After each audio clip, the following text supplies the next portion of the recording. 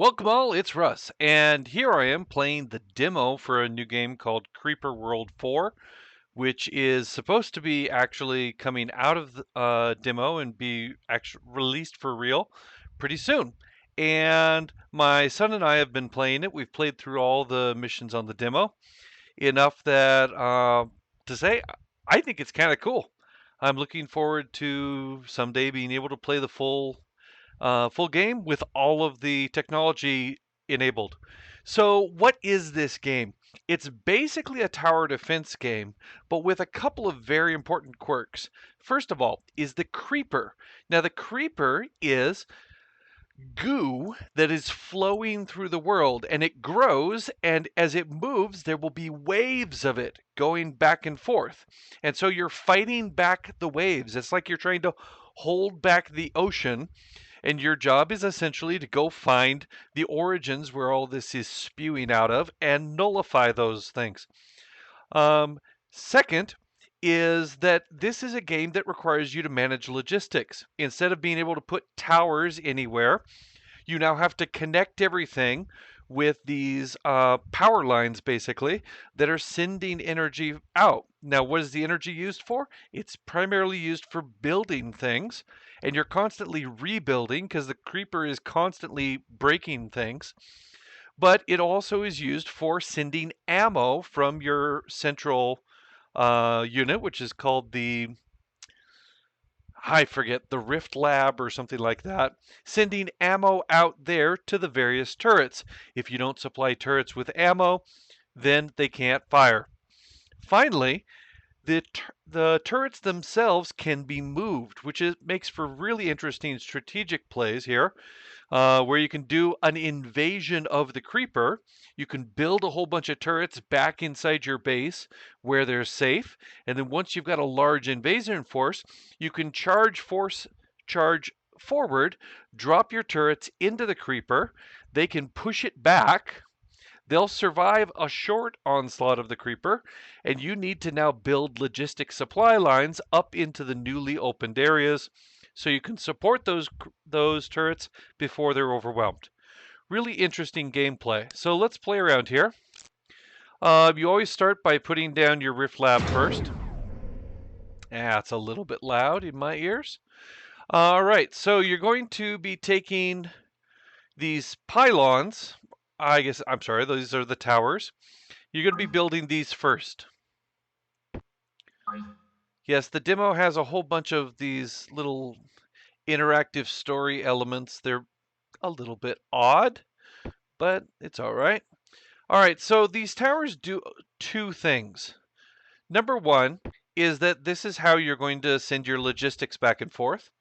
Number two is that this green area that you're seeing, this is Soylent. This is your actual energy production. So you need to get lots of these towers put up early, as soon as the game gets started, so you get plenty of energy. Now I'm doing a very risky strategy that probably will fail miserably. But basically what I'm doing here is I'm going to try to gobble up gigantic amounts of territory. I'll lose a few of these towers that I'm trying to build. But we'll see what we can do here. Now you'll see these are emitters. These are generating creeper, and this creeper then will flow around in the area nearby. So let's build a couple of cannons here. These are totems. These are special units that will give you something when you activate them by sending something called Liftic to them. The only place that this map has Liftic is this supply pod. So to activate those totems, I will need to get across the map.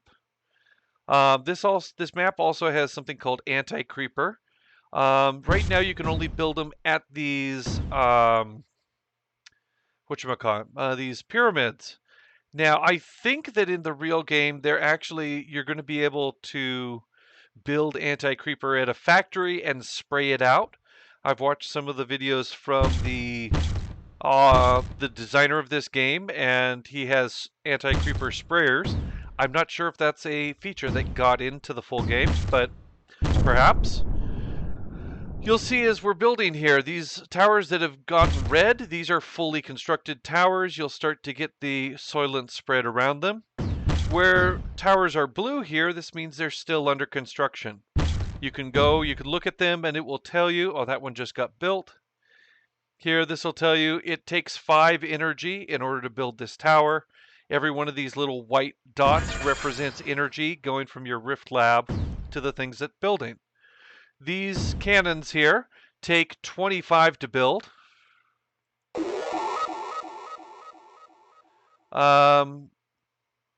These cannons take 25 to build, and so they are building quite slowly. But I'm hopeful that we could get 1 or 2 of them built before we get overrun by the creeper. We shall see. As you can see, the creeper does move quite slowly, but it does build and get thicker over time as the emitters are making more and more of it. Also, as you get into later levels, you get other units. So this here is the emitter. There's also a spore launcher. Okay, my cannons have started to shoot, so now they're going to defend this area. Hopefully we can have a little success resisting the creeper over there. Let's see if we can build a cannon or a couple of them over here as well and see if we can get them both defended. So I was telling you that in addition to the emitters, there's also spore launchers. These will fire creeper balls across the map. So if, for instance, you've got some sort of a canyon that's protecting you from the creeper, the spore launcher can launch things over the canyon. There are also blobs, which are basically suicide units, but they also can get across barriers and holes in the map. So you constantly, in addition to building the cannons, which are your cheapo default unit, you're also trying to build missile launchers and snipers to deal with those other two. In the full game, I've also, from watching the developer play his own game, it appears that they have air units and all sorts of things, but they're not part of the demo, so I won't be able to show you them here. I'm going to crank the speed up here to 4x so we can get a chance to see these things. You'll see that we've got a decent start here for our defense. It's not real great, but it's just enough. Now, talking about energy management, you can look up here to the top left. You can see the generate versus the use level. You can store up to 100 units of energy. If you have more than that, then you lose the excess. But you can also go into deficit. If you try to build too many things too quickly, then you will go into deficit, and then everything is struggling. The reason that really becomes important is that, as best I can tell, you build ammo by converting energy into ammo. So even if you've got a fairly stable defense, if you have an energy deficit, you may end up with insufficient ammo and your turrets will fall. And right about there, my video capture started to get really flaky. I think my computer was not adequate to keeping up with both an OBS recording and Creeper World at the same time. But it's a fun game. It's worth giving a try. And I wish I could have shown you my silly mistake where I went and I actually overbuilt everything and all my ammo ran out and my base got completely destroyed. But you'll just have to imagine it, or better yet, go play it yourself. It's Russ. I hope you've enjoyed the video. I enjoyed making it. Bye-bye.